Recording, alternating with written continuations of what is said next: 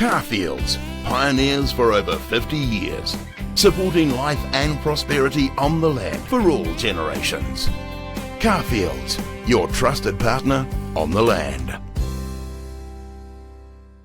Beef and Lamb's Economic Service put out some pretty awesome results. As we know, sheep and beef is going very well alongside wool at the moment. And someone who eats, breathes these numbers is Ed Harrison from BakerAg. Thank you for joining us, sir. Well, thank you for having me. Thanks for having me. Hey, so let's look at this particular time with very strong beef and lamb prices, tight global supply. How are your farmers faring in regards to maybe having a profitable year, but it's actually just filling up the tank from a couple of terrible years?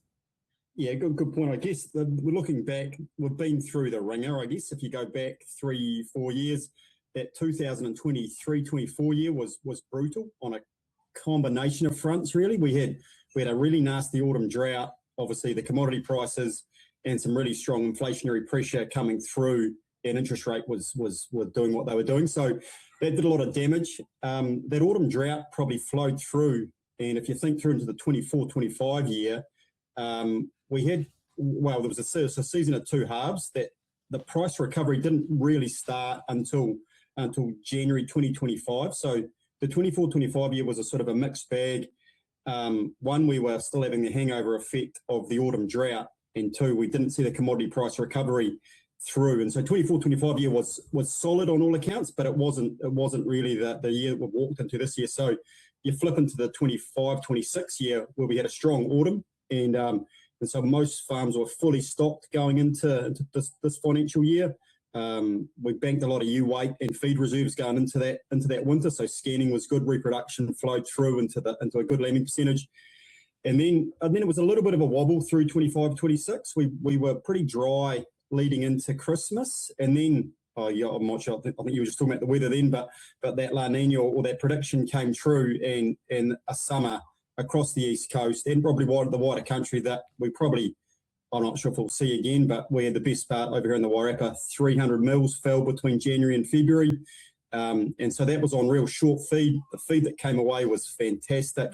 It did a bit of funny stuff as feed changes with moisture, but we just have had a fantastic autumn, and that coincided with commodity prices doing what they were doing, and so yeah, the 25-26 year will be a record off the back of a challenging spring, but a fantastic summer and autumn, and I guess we just saw the grass market go berserk, and the meat companies probably did it pretty tough over that period where they were forced to pay to secure stock, and so we saw those schedules hold around that $11 mark for lamb and $9.50 for beef right the way through, which was probably procurement driven, but it played right into the farmers' hands, and as a result, we're going to have a fantastic result for the year end 25-26.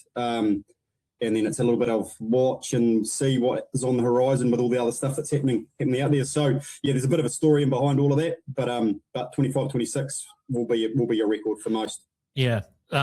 Sheep and beef farmers smiling. That's not something you see a lot. They'll still grizzle about something. Some of my mates down south are actually not even moaning. Ed, just on that, those you talked about the $11.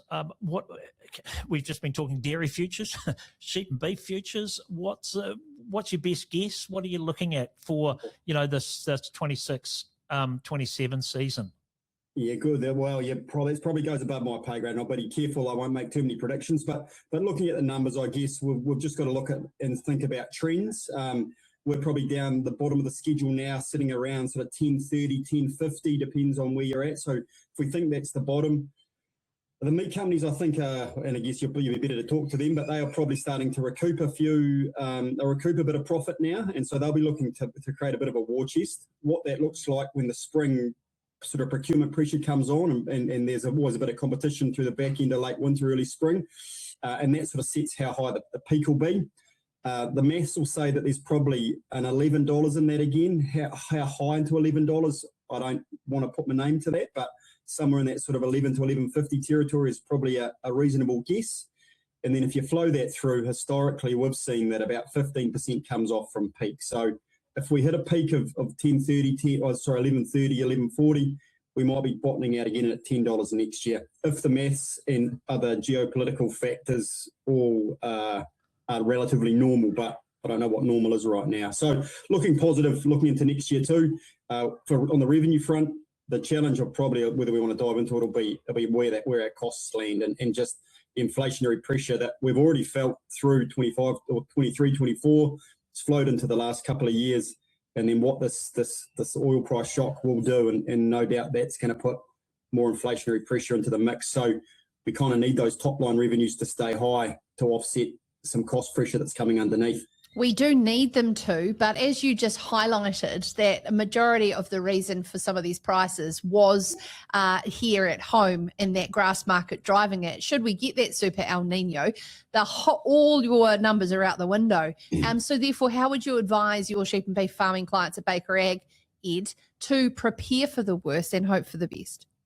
Yeah, I guess, where we're watching those forecasts, and I guess we can't control that. We can monitor that. We're watching that going forward.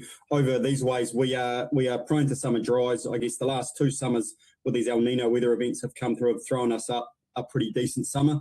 But most of our systems are ingrained around a summer dry, so we know what to deal with there. And I guess, you're thinking the wet summers are more the anomalies rather than, and the dry summers are more the norm. So, we're thinking about paying the season forward now. We recognise that this year's been a boomer. I think I got told the other day you should be an optimist in the down times and a pessimist in the good times. And so we're in the good times now. And so I'm not saying and you've talked about your farmer friends there, should be negative, but we're probably aware that we've just come off a ripper and we need to prepare for be pessimistic around what the future might hold. And a dry summer will wobble us. We know that. However, our systems are geared for that. And that's what we do, is that if you're preparing for a summer dry, early proactive decision making is the key. And those systems that have been in place preparing for a summer dry will just be back in gear again now. And I guess at the same time, when we're having these boom times, we know about commodity price shocks. We've ridden the cycle of this. We make hay while the sun shines, and we prepare for the downturn, and that's what farming is riding the wave. And in the lean years, we suck it up and we mine the asset, and in the good years, we pay it forward. And that's what's happening now, is we are trying to pay it forward as much as possible. Yeah, the mentality of sheep and beef farmers is over the last 30, 40 years has been very conservative because they've had to be, right? So that's sort of ingrained in their psyche. I don't think you're going to see too much flash happening during this good time, right? They know what to do with it. All productive, yeah, you did right. So all the conversations we're having now is sort of front-loading fertilizer, R&M projects, sort of paying it forward, putting as much back into the asset as we can, because we did mine it out of the asset over those lean years. Looking at a bit of principal repayment. So just trying to build a bit of a war chest that you can strip back out when the worst happens. And it will happen again. We shouldn't be too negative, but sure as eggs, this happens probably every 3 to 5 to 7 years we see this, and it'll be coming at us again. It's getting... it'll be untidy if we get combined. The El Nino will be an untidy one, because if we can get a double whammy of a dry and any price corrections, that really, really hurts. Yeah, God, yeah, absolutely. It's just the volatility of and how sharp it's happening in comparison to the 3 to 5 years, and how suddenly. But my question, Ed, is how much capital infrastructure is being invested in this opportune time, or is it actually just like you said, the war chest is so empty, there's not room for that? So catch-up's in place. So I guess if you think about that, the big two are R&M, so fencing projects, water projects, and fertilizer. The fertilizer one's probably coming under a bit of pressure now on a number of fronts there. You might have talked to the companies, but the product for autumn fertilizer is all in the country or close to it. So we're in a pretty good space there. One of the challenges we're facing down here is just the logistics of getting the fertilizer on, and that's top dressing pilots. And over our way, again, we're in a bit of an uncomfortable situation where we don't get many flying days with just the wind and the rain. So we are looking to get those projects in gear, but it's just some of the logistics are putting a bit of a dampener on that. But most I'd say if you're trying to ring up a fencing contractor, you'll probably be booked out for 6 months really. So that shows that people are putting it back in. But yeah, farmers are smart. They'll be paying it forward into areas that they know that'll make the money and enhance their asset, and probably something they can defer in the future.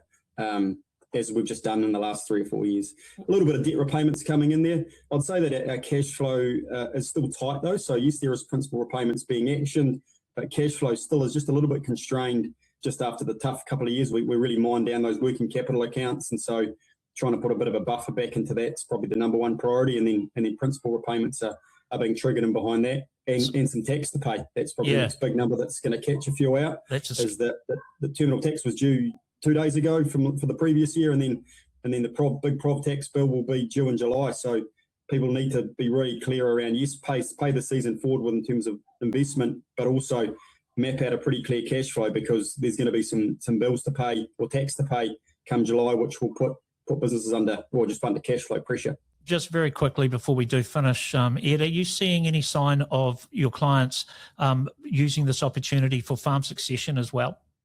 Yeah, a big one there. I mean, that's a big question there, but I guess, and I might not need up too much time. Probably if I think about what I did through that 22, 23, 24 year, it was all operational, droughts, cash flow management, parasite management. That's all we were doing.